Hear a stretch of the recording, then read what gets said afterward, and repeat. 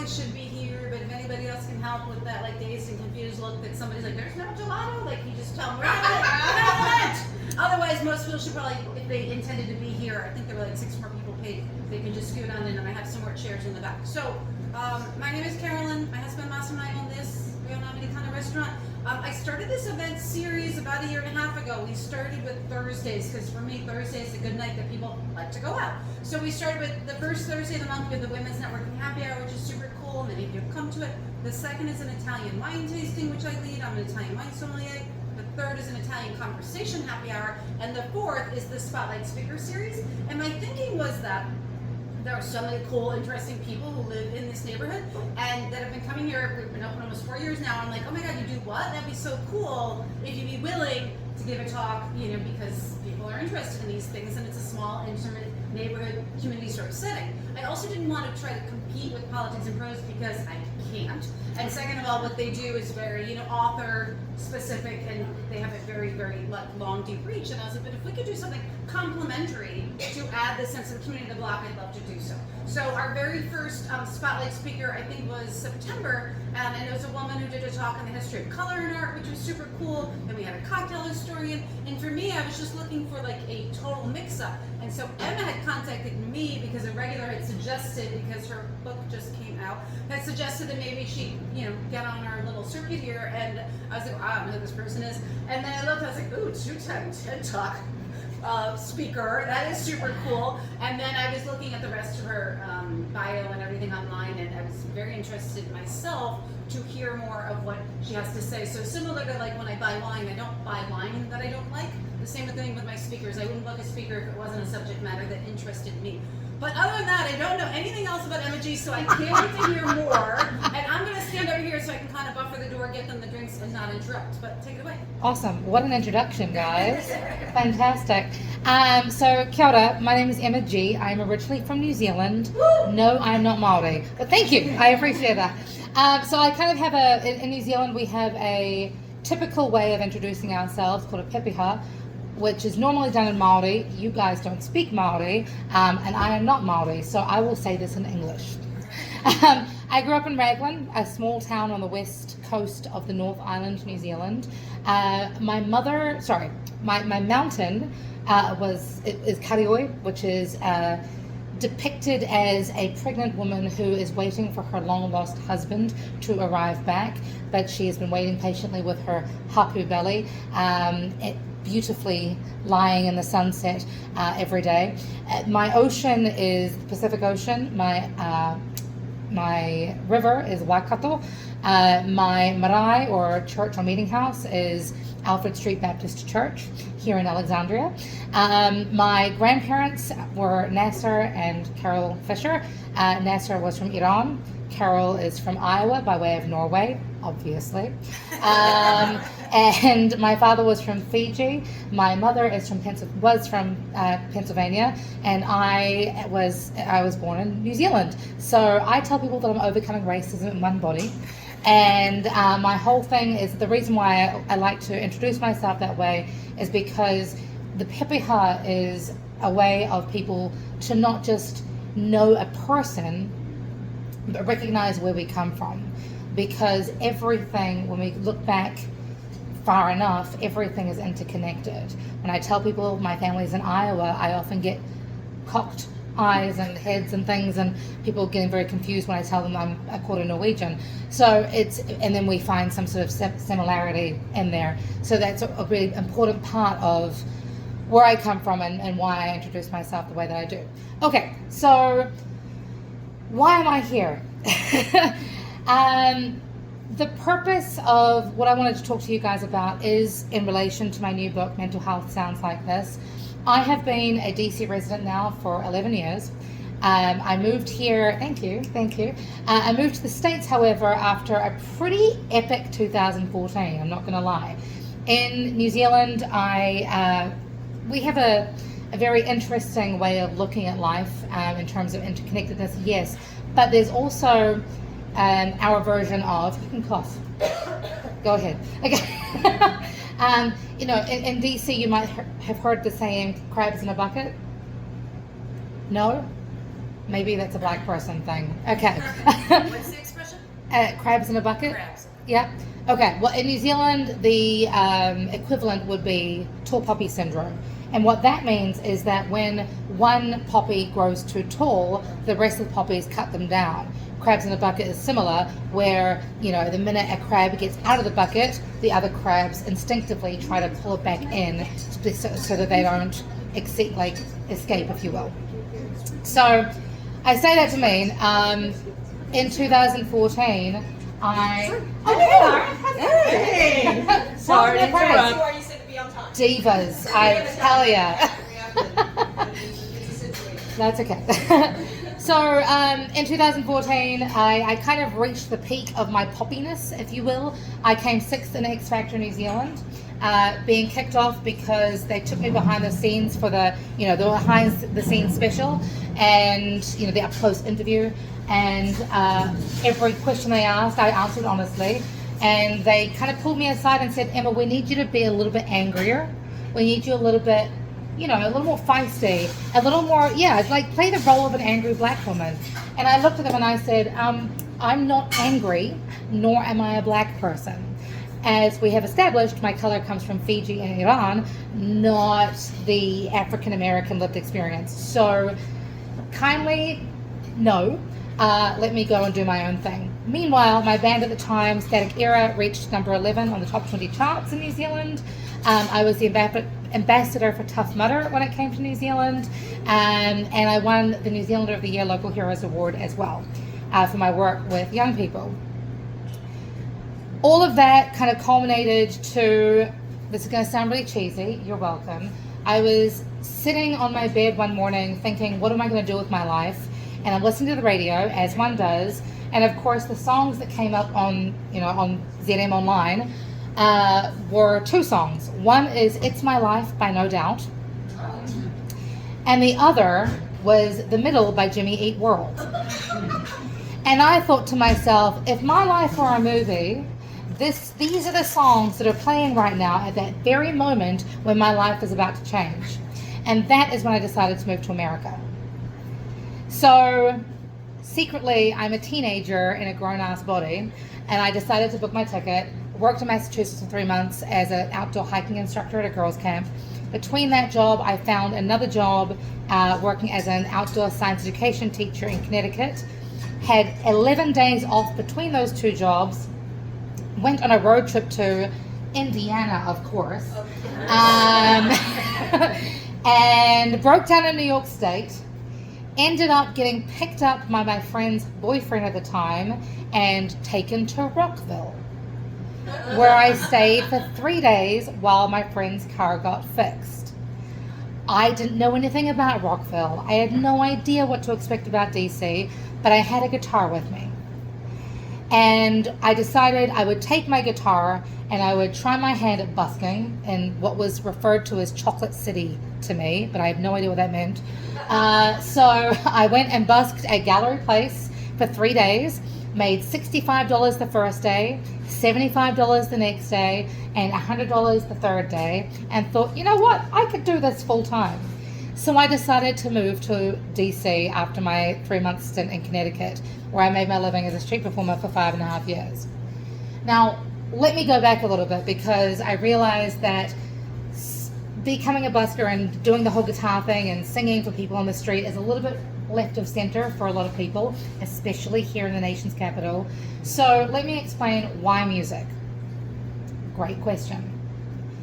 The thing about me is I was born in Waikato Hospital, which is in Hamilton, about 45 minutes away from Raglan. And when I had my 4-month checkup, the doctors noticed that my head was disproportionately larger than the rest of my body. My uncle, side note, used to call me fathead. I don't know if he realized just how true his statement was, but as a matter of fact, at the age of 4 months, during my checkup, I was diagnosed with a relatively rare brain condition called hydrocephalus. Has anybody heard of it? You have? Okay, you guys are educated folks. Sweet. All right. Okay, so... You what, sorry? I said I know you. I mean, that's true, but they don't. I'm just impressed. So For those who don't know what hydrocephalus is, our brains float in water, otherwise known as cerebral spinal fluid. That CSF enters into our brain through our ventricles in our head, and for a typical human, that water would drain out down your spinal column by between 400 to 600 milliliters a day. I, however, have a cyst the size of my fist straight smack bang in the middle of my skull. So both sides of my brain are squished out to the sides, which meant that those ventricles could release the water, but the water had nowhere to go once it was in my cranium.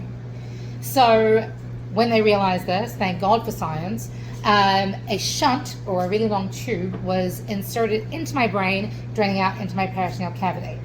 If you can see closely, or your vision's really good, there's a veiny looking thing here in my neck that bends when I do this. This is me doing it.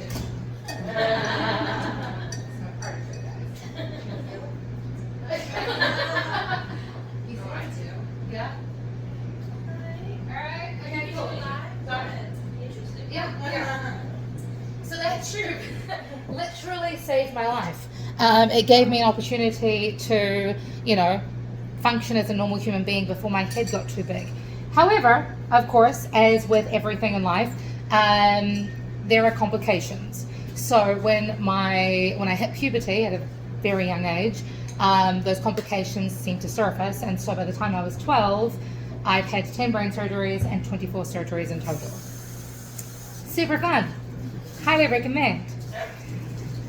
In addition to that, obviously, being a human being also comes with a whole host of really fun experiences if you choose to, continue living.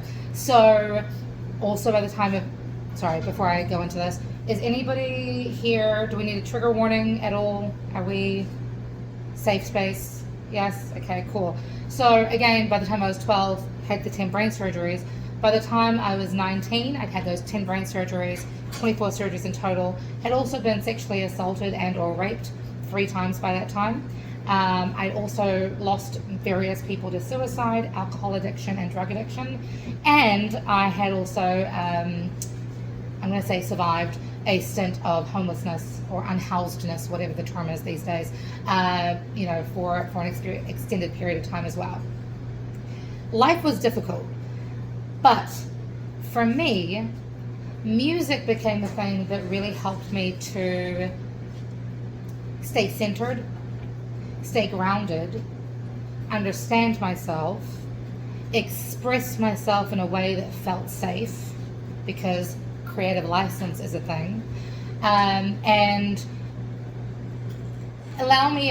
give me a tool, if you will, to really communicate about my thoughts, feelings, and ideas in a way that didn't feel confrontational or overwhelming. So by the time I was, again, 19, I had written about 750 songs, original songs, because I was a very emotional young person, still am. But for me, that songwriting has been such a huge therapeutic tool for me.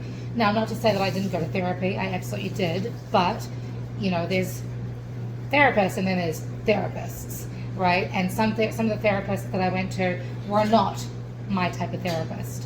And so whenever I would go to these sessions, I would then reflect back on them with a song, or with, help me to process the lessons I learned through music. And that's kind of continued throughout my entire life. I've used music as a modality to help me process, understand, identify, and work through, and literally rewrite the projection of my life moving forward, because it's important to recognize that art and music and creativity are such valuable tools when we know how to use them properly, when we know how to use them properly with different individuals, can be such valuable tools to helping ourselves understand ourselves and communicate and learn more and rewrite that narrative for us. So on that note, I wanted to kind of share a couple of the songs with you, if I may, some of my more recent material, and then I thought we'd do a fun songwriting exercise as a group to see if we would be open to creating a collaborative experience, because music is one of those things for those community psych people in the audience here. Music is one of those things that really does bring people together. If you need evidence of that, just look at the Beehive for Beyonce and all the Taylor Swift fans. Okay, cool. So this first song I wanted to sing for you is a song on my second to last album. The album's called I Am. The song is called I Am. And the reason why I wrote this song is because, for me, in addition to listening to the copious amounts of music that I listen to, I also have fallen victim to listening to every woke white dude motivational speaker. I'm trying to break up with the woke white dudeness, but here we are. I'm kidding. That was me trying to be funny. But there is an argument that from one of the motivational speakers that I listened to, he made the argument that the words I am are the two most powerful words in the world, because whatever we say after those two words literally dictates our present moment. For example, like the little train who could. If we say we can't, you're right. If we say we can, you're also right. If we say we're, happy, sad, angry, whatever that word is that you use, that dictates your present state. So I wanted to be super intentional about how I want to show up for myself and for the world around me, and this song helps me to stay aligned with that message. Cool?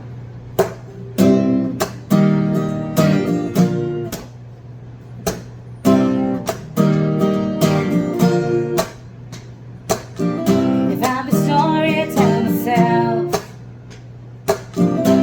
I was talking about someone else, but I drive myself crazy with every doubt. I need to remind me what it means to love myself, 'cause I'm a fighter, survivor, made it through the darkest weather, lover, forgiver, strong enough to make me better. Yeah, I'm a testament to a truth, and I'm enough to make it through. Shadows that surround my soul, I write the music of self-control, but I drive myself crazy with every line. I need to remind me that I'm enough just being alive, 'cause I'm a fighter, survivor, made it through the darkest weather, lover, forgiver, strong enough to make me better. I'm a testament to my truth, and I'm enough to make it through. I'm writing the script inside my head. I'm the love that I want to get. I am a light of compassion and truth. I'm winning the war and breaking the rules, holding strength close to my heart. I'm giving my all while making my mark. I'm enough by simply being me. I am a fighter, survivor, I made it through the darkest weather, lover, forgiver, strong enough to make me better. I'm a testament to my truth, and I'm enough to make it through. Okay, so this is your guys' turn, right? I've given you all my I am statements, but you guys have I am statements too, hiding somewhere in your psyche. So as I'm singing this, I want you to think about what your I am statement might be. Who are you? Who do you want to be? Who are you becoming? Have you got your word? It's up to you, darling. That question mark is your question to answer. Okay, so on 3, I'm going to count to 3, and I want you guys all to yell out unapologetically what your I am statement might be, okay? Oh yeah, we're going there. Okay, 1, 2, 3. Okay, that was okay. We have 2 voices that really emanated, but I'm gonna echo the words of my husband for a minute, because my husband and I run a self-defense school in Bethesda, and he will often tell all of his clients that your voice is your first line of defense. So if we don't use our voice in purpose and on purpose, you kind of let life lead your direction. You don't want life to happen to you. You want it to happen to life, right? So let's try that again. And we are going to yell loud and proud what our I am statements are, okay? I am a 1, 2, 3. Oh, give yourselves a round of applause. That was beautiful. Okay, so how did that feel? Weird? Awkward? Good? Awesome? Love that. Excellent, excellent. New? Excellent. I'm glad that we could uncover a new leaf for you. That's fantastic. When did you write that song? I wrote that in 2022. I set myself a write a song a day challenge that I ran for 30 days. That was 2022. I did one in 2021, another in 2022, released 2 albums as a result of both of those exercises, and released a documentary film about it as well. Yeah, it's called Born in Crisis, because apparently in Japanese writing, the word crisis is indicated by 2 characters, one for danger and the second for opportunity. And I think that's a really cool kind of analogy for life. It kind of goes into everything. Again, we are at we're at the driver's wheel. We get to choose how we want to lean into every single moment. Do we want to lean into the yuck, or do we want to lean into the yum, right? So that's kind of, where that song came from. Yeah, cool. Okay, so that's going to lead us to our songwriting exercise. I'm going to write this on my phone. But I would like to pose a question to all of you today. If you were, let's go along the lines of crisis. If you were in crisis today, whatever is going on in your life, let's look at the most challenging experience that you've endured over the last 6 months, say. There is an argument that when we are stuck in the muck, can't see the forest for the trees, so you need to kind of step back a little bit. This is an exercise that people often refer to as, stepping outside of your ego and looking at yourself through a more holistic lens. If we were to step outside of ourselves and go 5 years into the future, looking at the crisis that you might be dealing with now, or the chaos that's happening right now in your life, what words of wisdom or advice would you give you?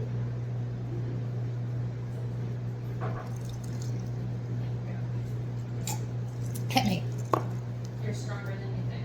You're stronger than you think. I love that. Popcorn style, guys.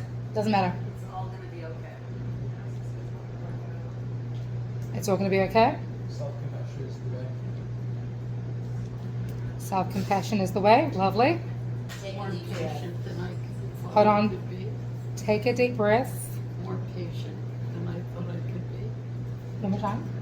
More patient. You're more patient than you thought you could be? Than I thought I could be. You're more patient. Be focused. Why is that important? Just to narrow down, you've got so many options and just maybe focus on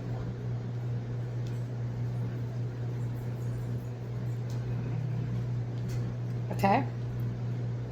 Tell me more about that, somebody.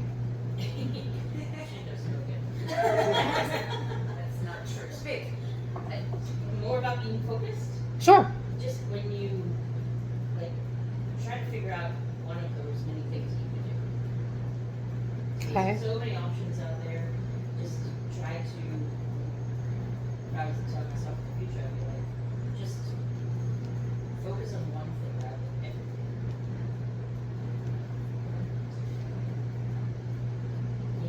Yeah, trust me, I got ours and more manifest what you want. I mean, that always exists. Yeah, easy. What do you say? Say loud. Oh, going towards towards thinking you're manifesting. chucking everything. I've seen that happen. Say again. You're going towards it and you're Positive just thinking. tossing Putting it out. Okay, so unnecessary. ignore the shiny The things. extras. Okay. Ignore what doesn't matter. Okay. Yeah. Okay. What else? Do it the way you think it ought to be done. Trust yourself. Trust your instinct. Trust yourself, trust your instinct, that's the right word to say. You're going the right way. That would be nice. People don't trust themselves. You don't think you are.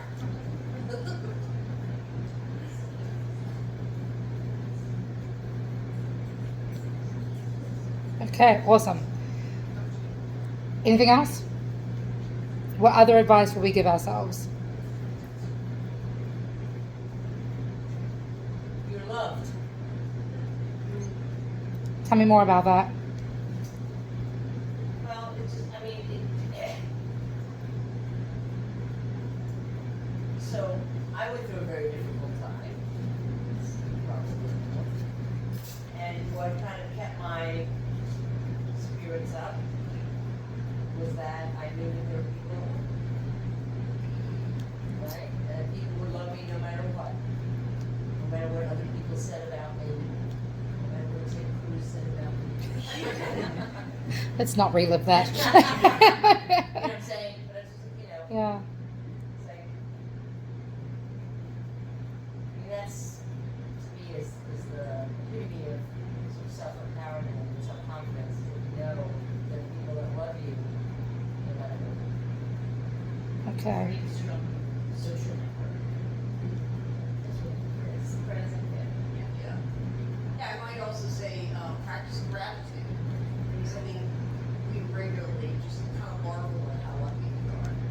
And that's an attitude. It's funny because we both have parents who just like, each one is like glass half empty, glass half full.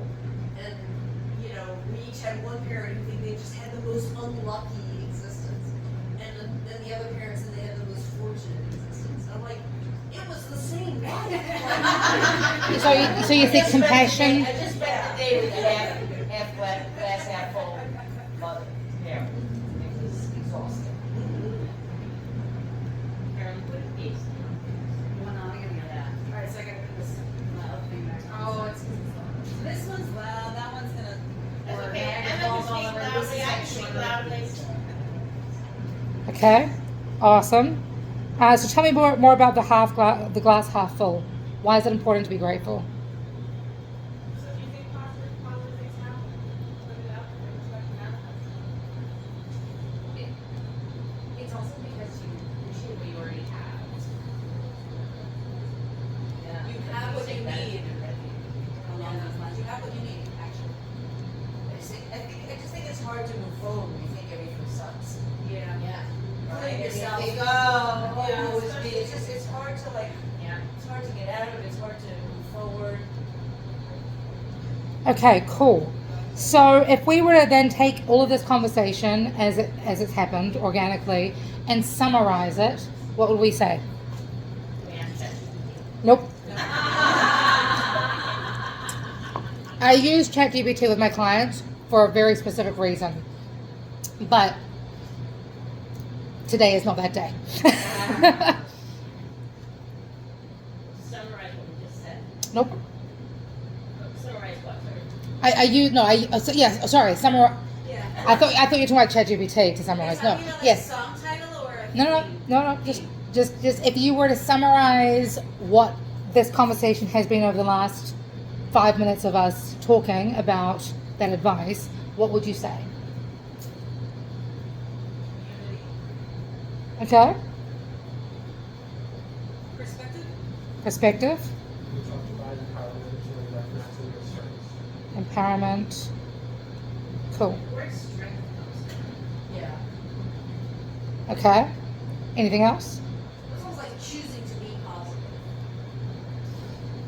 Easier said than done. It's a choice. Yeah, right. It is a But choice. the funny thing is, okay, so I practice their Krav Maga studio, and like, first of all, martial art is an art. So like, she and her husband have a lot of time. He is an artist. But Krav Maga really is about, like, if you're using Krav Maga, you've already made several bad choices. But to succeed, you kind of have to get yourself out of this mindset, like, I'm the victim, I'm a victim of circumstance. Like, you know, you kind of have to make your own.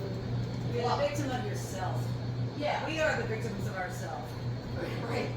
Yeah. Okay. So what's a good way to put that? Is it saying that like every day is a choice or a blessing?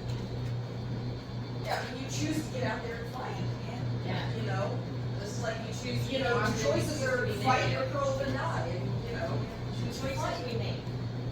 Yeah. Where, Okay, guys, I hate to break it to you, but you're all songwriters now. And you are not using AI, correct? I'm not using AI. Okay, so I'm going to go. One of the things that I used to do back in New Zealand is I was a university lecturer at a music school, Indigenous school in the music division. Indigenous school, Te Wānanga o Aotearoa.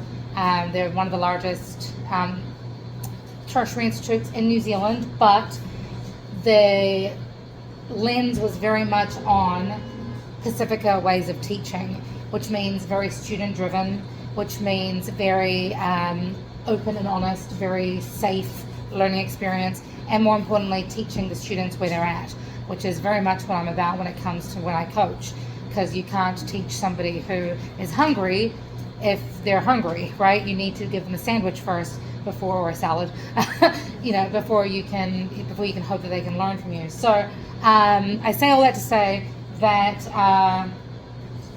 as I was teaching at this university, there's a lot of tricks and tools at my disposal as a music teacher, because music is really so connected, deeply connected to everything in the school syllabus. Mathematics, critical thinking, English literacy skills, communication, teamwork, a whole plethora of things. So what I'm about to do is utilize, this is my own version of Music ChatGPT, and I'm going to use the most common chord progression in the world. Pardon? What is it? It's E minor, C. I don't even know what the numbers are. There's a lot of. Okay. I may need your help.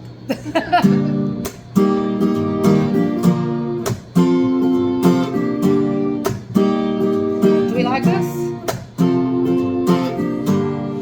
Stronger than you think.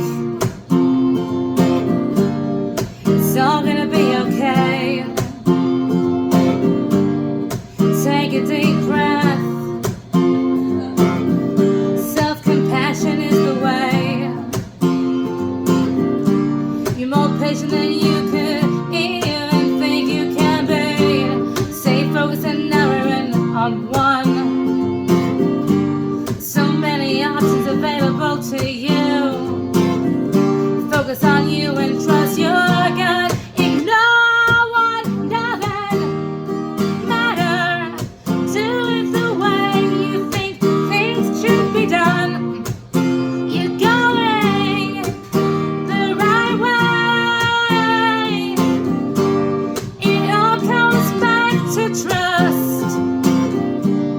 Remember you were loved. They'll get you through the toughest times. That love is not conditional. Community is a strength, you're not just an eye. Gratitude is a superpower. Living life glass half full. When you think positive, positive happens. And appreciation gets you through. Ignore what doesn't matter. Do it the way you think things ought to be done. You're going the right way. It all comes back to trust. Okay, now this is the, what is it? Yellow response? Question response? I'm gonna sing a line to you and I need you to repeat it back to me, okay? Community. Perspective. Empowerment. Remember you are strong. Positivity.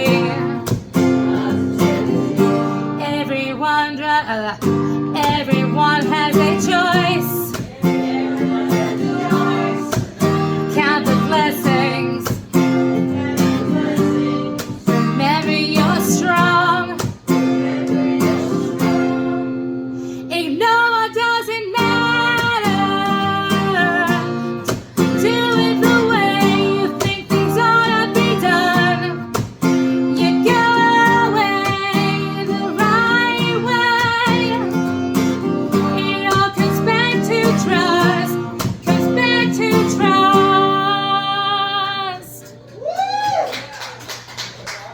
Well done, friends. You're like, what the heck did I just walk into? Okay. I think that's the presentation time that's meant to be ended because I was supposed to finish at half an hour and that went for 35 minutes. I'm sorry. Time is not a thing. Thank you. I don't feel like we just wrote that song. But you did. That was super cool that you did that. No, that was all you. I literally just took what you said and wrote it down. Yeah, that's great. So you're gonna turn it into a real song? Fun fact, I probably will because I'm about to head into I this. knew it. I'm like, she's writing a damn I'll edit it a little bit, but I'm calling copyright. I'll put Gigi Sohn in the. I feel blessed and, you know, But you should actually publish that because so many people would resonate to that. So. Well, so I was actually just on tour through New Zealand in March, and ended up writing the 7, like just like we just did. I wrote 7 songs across the country at every book stop that I did, and I will be recording them. I'm not shitting you. I will be heading into the studio on the 1st of May and going in practically every 1 or 2 weeks. In fact, Carrie's daughter will be joining me in the studio for one of the songs. She's one of my vocal students, so she gets to. I just took her up on stage with me at the Kennedy Center, so now I get to drag her into the studio with me, because that's what I do as a coach. I like to lead and guide and encourage in a loving way, not just tell people what to do, but actually show them how to. That's really important to me. So what are you exactly?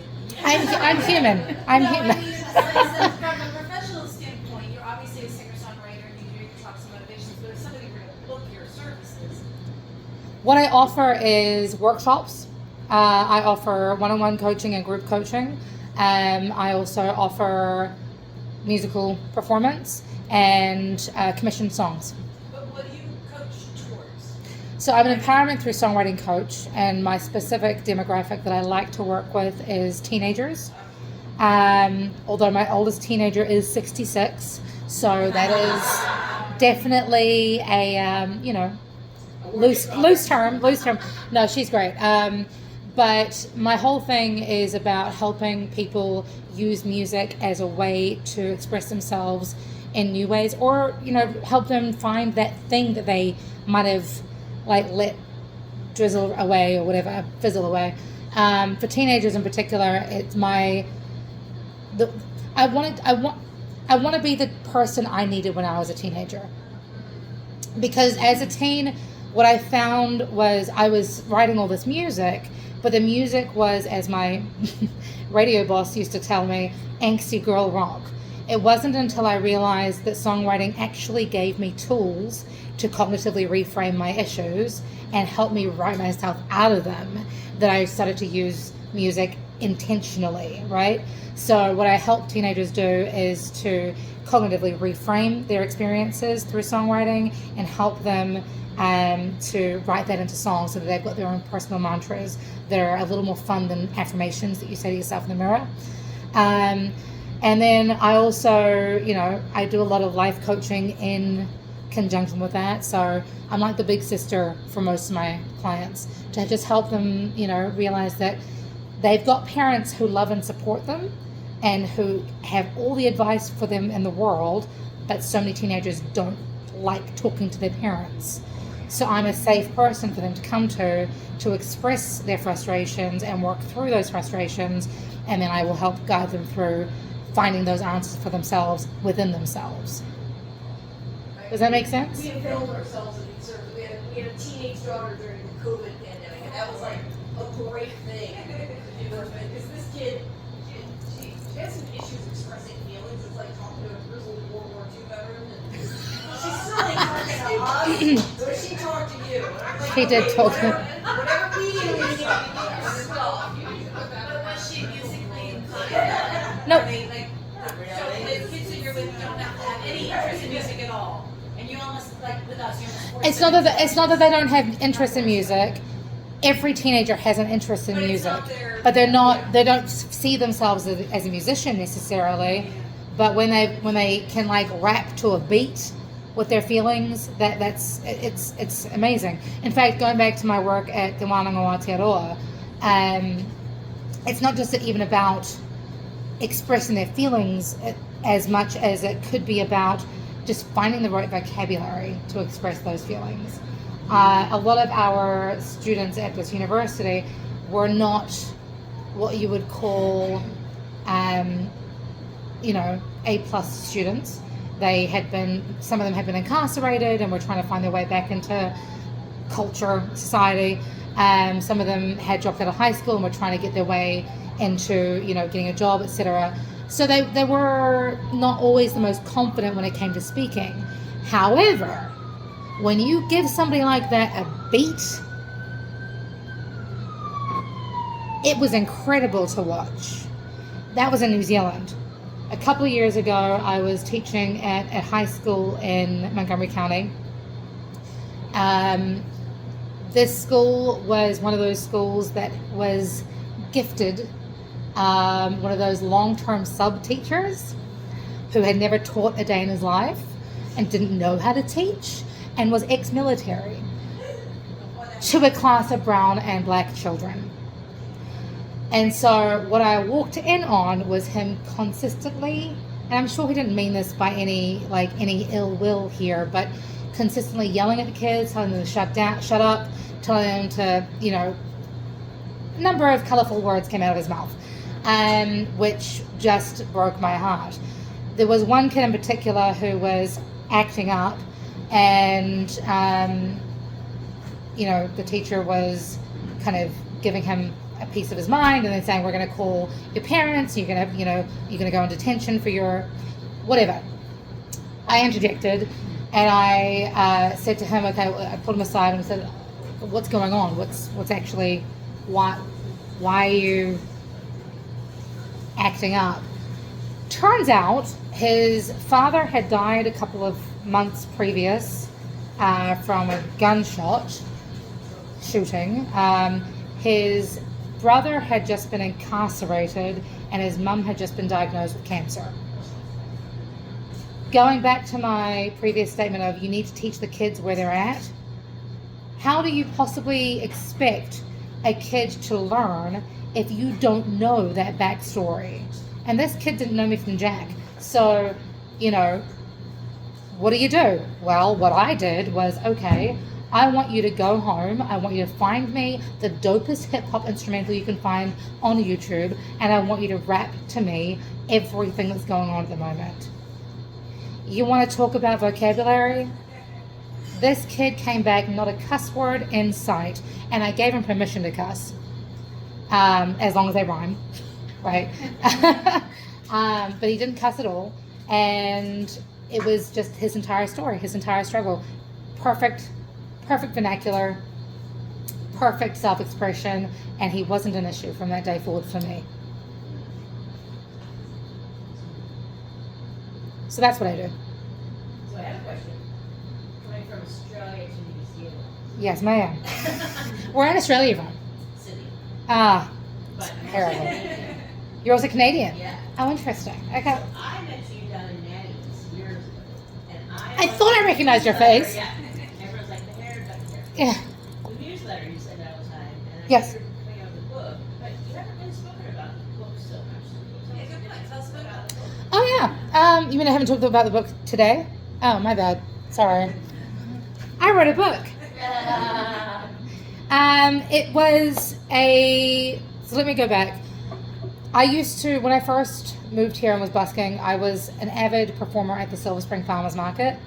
One day while busking, a woman rushed up to me after I complimented her son's hair, and she said, I think you're one of us. And I didn't know what the hell she was talking about. And she goes, can you please come to my castle?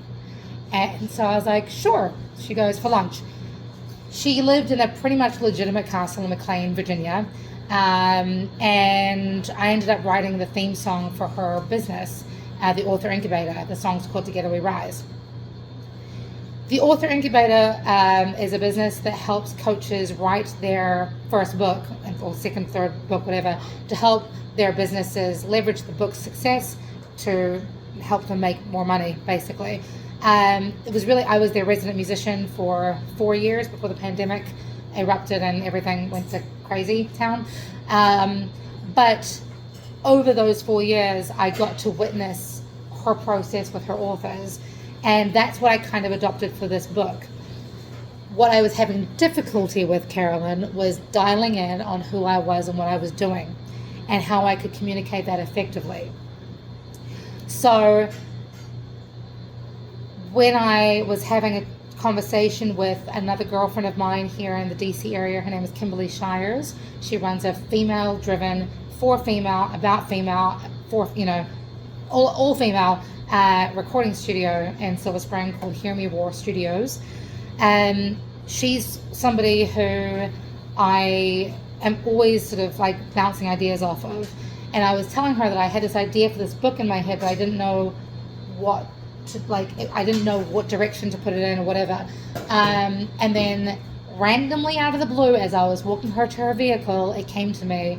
I was like, I want this book to be about mental health and music. I want it to be like, this is what mental health sounds like. Music is what mental health sounds like. Oh shit, that's the title of my book. Mental health sounds like this. So the book is part memoir. It takes you very candidly through my story. It is part neuroscience because I wanted people to understand exactly why music is so beneficial for the brain.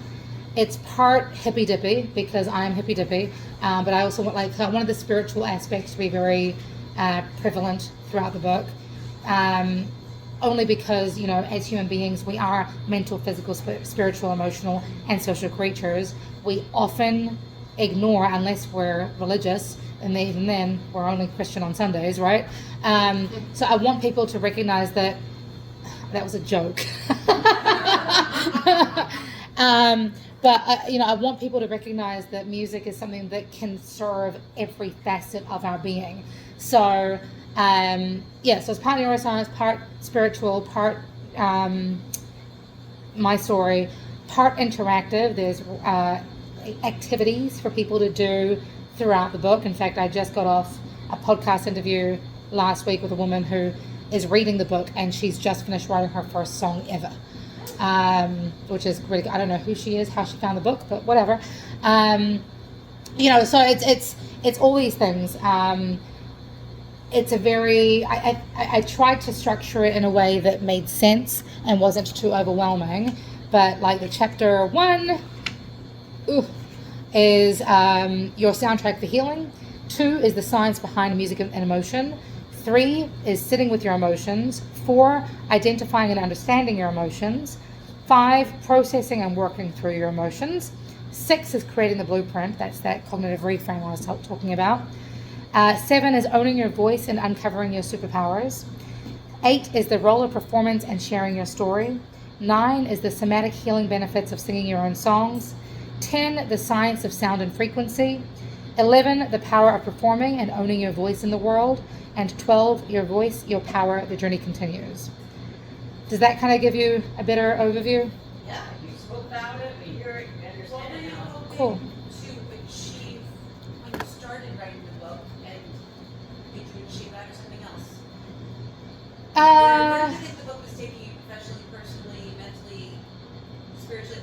Where were you thinking the book was taking you? Where did it take you? Did it take you where you thought it was going to go, or take you somewhere else? I wanted, because I do so much in the music industry, I think people were have been confused about what I'm doing. What kind of timing is this? Hey, buddy. I got off work at 6. Well, I filmed it, so now I can tag you. There we go. See, where did you think this would take you? And did it take you there, or did it take you somewhere else? I mean, So it's a leading question. Some people write a book because they want to be a speaker, and they want to, or you wrote it to sell songs, or like, what was your close agenda, and what did you actually? I've always wanted to be a musician first and foremost. Before I got engaged, and let me be clear, my husband and I never talked about marriage at all. I wasn't planning on getting engaged, was not planning on getting married. That whole thing took me by surprise. What I now realize is he was grooming me. Right. What I now realize is he was kind of grooming me with questions because he wanted to make sure that I was the right person he wanted to marry, right?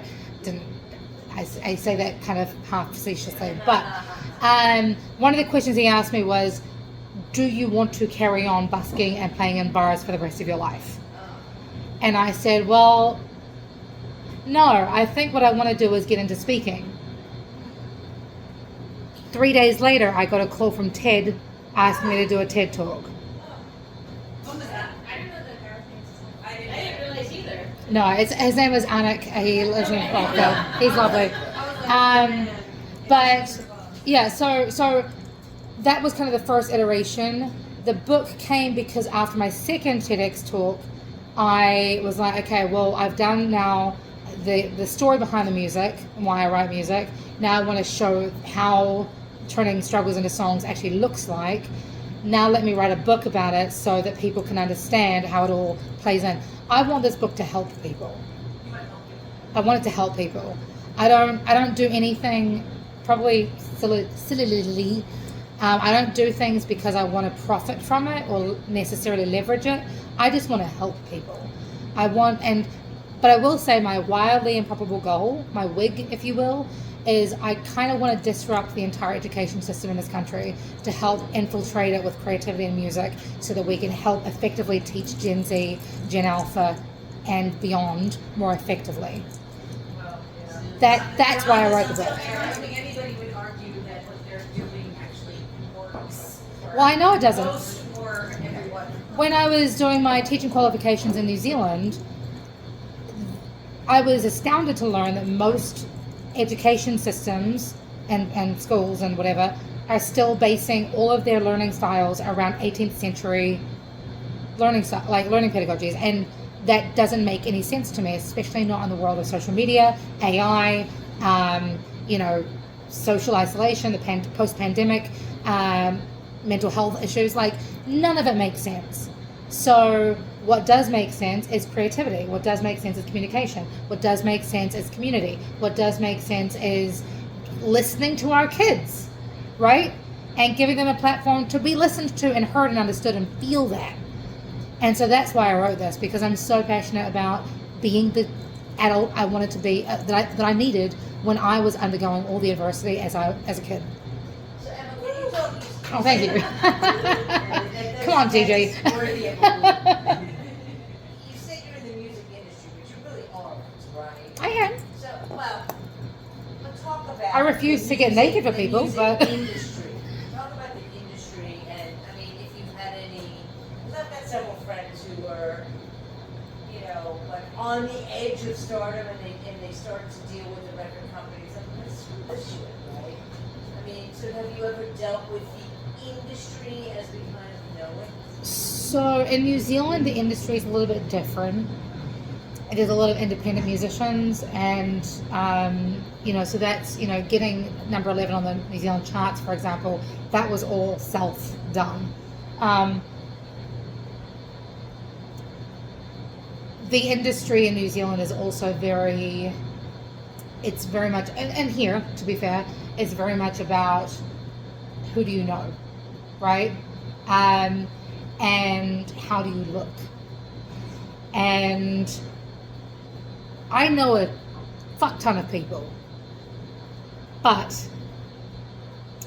I refuse to pander to people's expectations. Thank you. And the reason for that is because I don't think that is a healthy environment for us to be raising kids or each other or adults or grandparents or anybody. I think being unique and I used to tell people all the time I wave my freak flag proudly. People are like, why would you say that? And I was like, because I'm a freak and I love it. You can't pigeonhole me, and that's a beautiful thing. And I wish we gave more young people that permission. And so that's kind of one of the reasons why I kind of didn't. And also, listen, I found myself in some pretty precarious relationships and pretty weird situations. I was asked to to partner up with an artist who was signed to a hip hop label. And he made it very clear that this was when I first started craft. He wanted me to drive out to a studio at 11 p.m. by myself and not bring anybody.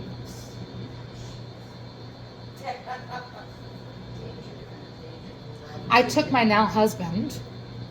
They got along like a house on fire. It was fine. Well, he got along with his boys, right? But I said to the guy, I was like, look, we can work together, but I'm not going to do anything else. I never heard from him again. The same thing happened when, gosh, I can't remember the name of the label now, but a very, very well-known LA-based label that is predominantly for the urban market. One of their A&R guys wanted to sign me and literally asked me to send him naked pictures of myself to make sure I'm marketable. I don't know if you're familiar with my collection of music, but my very first single was a song called Sold, Take a Shot. And it's all about being victimized by the industry. And that was my clapbag, fuck you very much, anthem to him. And I refused. I mean, and I'm friends with, Bobby Borg, who is now, he's the founder of the DIY Musician. He also used to play drums for a very well-known rock band back in the 90s. He's a good friend of mine. I can always go to him for advice. There's a lot of, other record label people that I'm friends with that, would help me in a minute if I needed it. But, and I know, what's his name? I think of his name right now, but the guy that discovered Montel Jordan, Marcus is his name. He just recently founded. Well, he used to work for BET, and then he worked for not BET. He used to work for the label that found Montel Jordan. Then he worked for BET for a long time. He's recently started his own streaming network, which has been quite successful, although I kind of refuse to watch it because it's called All Black, and if anybody knows anything about New Zealand rugby, I don't know why would you not use your due diligence here. The New Zealand rugby team is called the All Blacks. It doesn't make sense why you'd have anyways, but again, he's somebody that I could go to for advice if I wanted to, but again, he was somebody who wanted to marry me. And he would have bent over a lot more for me if I had succumbed to that. And I don't know about you, but I'm very much an energy person, and if it's not a hell yes, it's a hell no. And I'm happy with. I realized like my 5-year-old self wanted to be a pop star, a counselor, a teacher, a parent, and a fashion designer. I kind of get to do most of that stuff now that I have founded my business as it is. So I don't need the drama of being famous, if you will, like in that plastic kind of world. I just People do it. I don't know if people do it. You can't walk out the door without paparazzi. yeah. You have to be a special person to want that. No, I've become a lot more private now that I've gotten older as well. Yeah. What's up? I want to add that I totally agree. It's like the older you get, you get those weird offers and things of that nature. You start to notice that industry, the mainstream industry in America, they prey on young people who don't have anything or know anything. Yeah. And the older you get, you start seeing things differently, and it's like, wait, I should get paid for this, or I shouldn't go over somebody's house by myself. Like, and then they try to brand you as less desirable. Mm-hmm. But really, they just know they can't get one on. Yeah. And again, I'm one of those people that, I refuse to let life happen to me. I want to happen to life. So I'm not going to give somebody else the keys to my career. I will create that myself, and I'm really happy with it. And my husband's a very private person, and honestly, I would not be married if I was like on the same level as, Lord. It just wouldn't, and it wouldn't satisfy me, I don't think. I don't like to be pigeonholed as one thing. I think we are all multi-dimensional human beings, and I think there's a danger when it comes to being a famous person to become this idea as opposed to a human. I don't want to lose my humanity. Being a famous almost becomes a burden. Exactly. Exactly. Yeah. What's up? I want to hear a little bit more about your why. So, Yeah. your story is one of resilience. There was a lot of tumult, a lot of things that you overcame throughout your life, and music was originally something that helped you cope with that.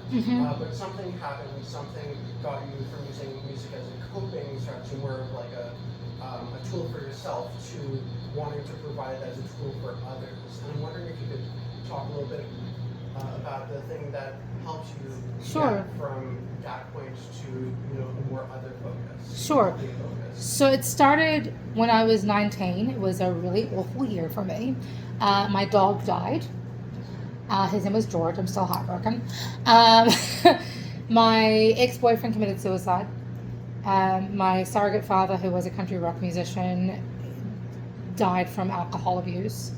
And my surrogate brother passed away from a diabetic complication. It was a really, really tough year. And this was after, when I was 15, being raped by my uncle on my 15th birthday. This was after, just a lot of awful things in my own life. And I went to various counselors. I even went to a hypnotherapist.